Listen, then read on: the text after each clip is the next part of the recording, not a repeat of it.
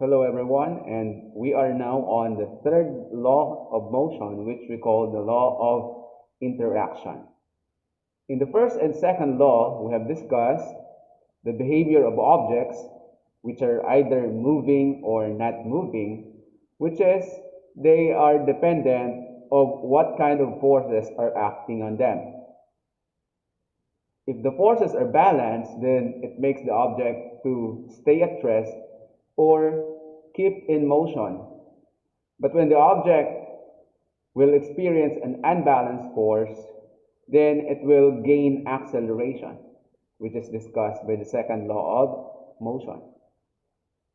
An acceleration is dependent and directly proportional to the force applied to the object.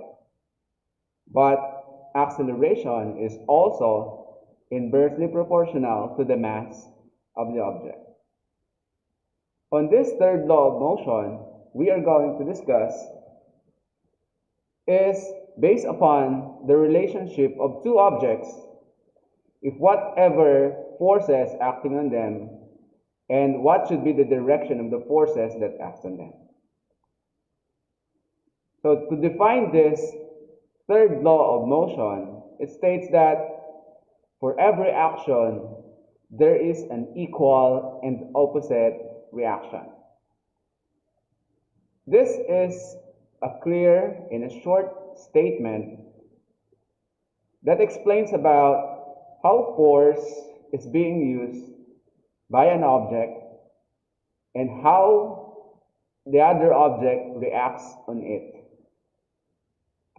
In this statement, it explains about two things. First off is the size of the force or the magnitude of the force. The magnitude of the force which is applied by an object is equal to the force on the second object. You see, objects are always interacting with one another. Even though if two objects are not in close contact, there is still a force that is interacting or present between the two objects. So, whatever the force is applied to the first object, the second object will receive the same amount of force. That is a clear explanation about the magnitude of force as an interaction between two objects. The second statement is the direction of the force. If two objects are having an interaction with one another, then what should be the direction of their forces based on their interaction? The direction of the forces, the direction, are said to be in the opposite directions. If the object A receives a force which the direction is leftward, the other object will have its direction of its own force on its rightward direction. So, forces will always go in pair, but we are going to include that they are still affected by the third law of motion, which is called the law of interaction. Let us have some examples for the law of interaction. If you see, this school of fish propels themselves in the body of water.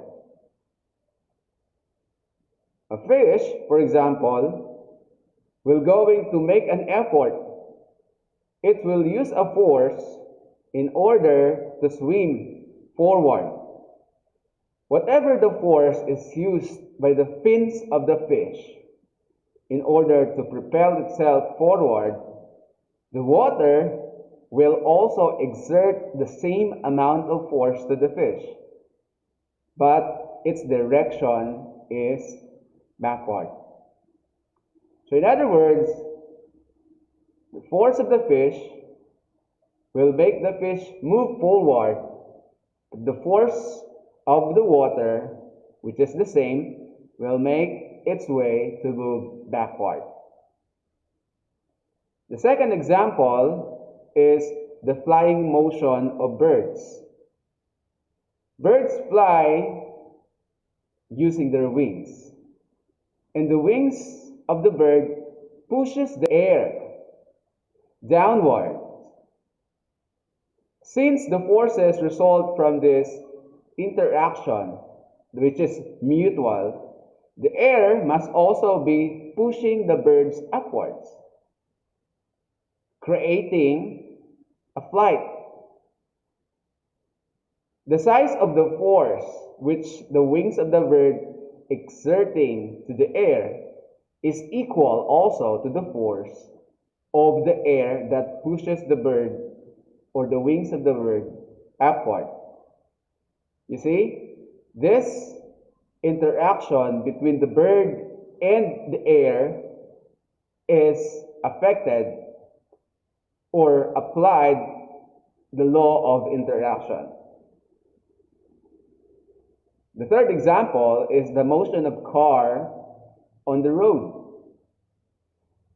Cars, for example, are equipped with wheels that spin, and they must be round, of course.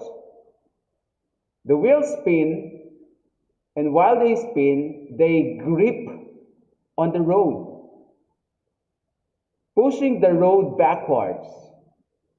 But since then, the road, which is hard to be pushed backward, the road will generate the same force to those spinning wheels, which will make the car to move forward. You see, whatever the amount of force that the car is using or exerting to the road is also exerting the same amount of force to the car, by which these two forces are in the opposite direction. These few examples are the so-called action-reaction pairs. Action-reaction pairs because all objects in our real-life situation always have a connection between one another. Just for example, if you are sitting on your chair right now and you are inside your house, you as an object interacts with the chair. You are making a force, generating a force, or exerting a force downward to the chair, while the chair also creates the same force that pushed you upward. The chair is also exerting a force to the floor, which in return, the floor exerts a force, same amount of force to the chair, but in opposite direction. Your house as a whole makes a force to the ground. But in the same way, the ground makes a force or exerts a force that holds your house. These forces that always goes together will create an action-reaction pairs. In the world around us, there are a lot of action-reaction pairs. So, can you identify what other objects inside or outside your house that can be fitted to be an example of the third law of motion, which is the law of interaction? I want your answer on our next meeting. For that, it's the end of our lesson for the Newton's laws of motion. Thank you very much.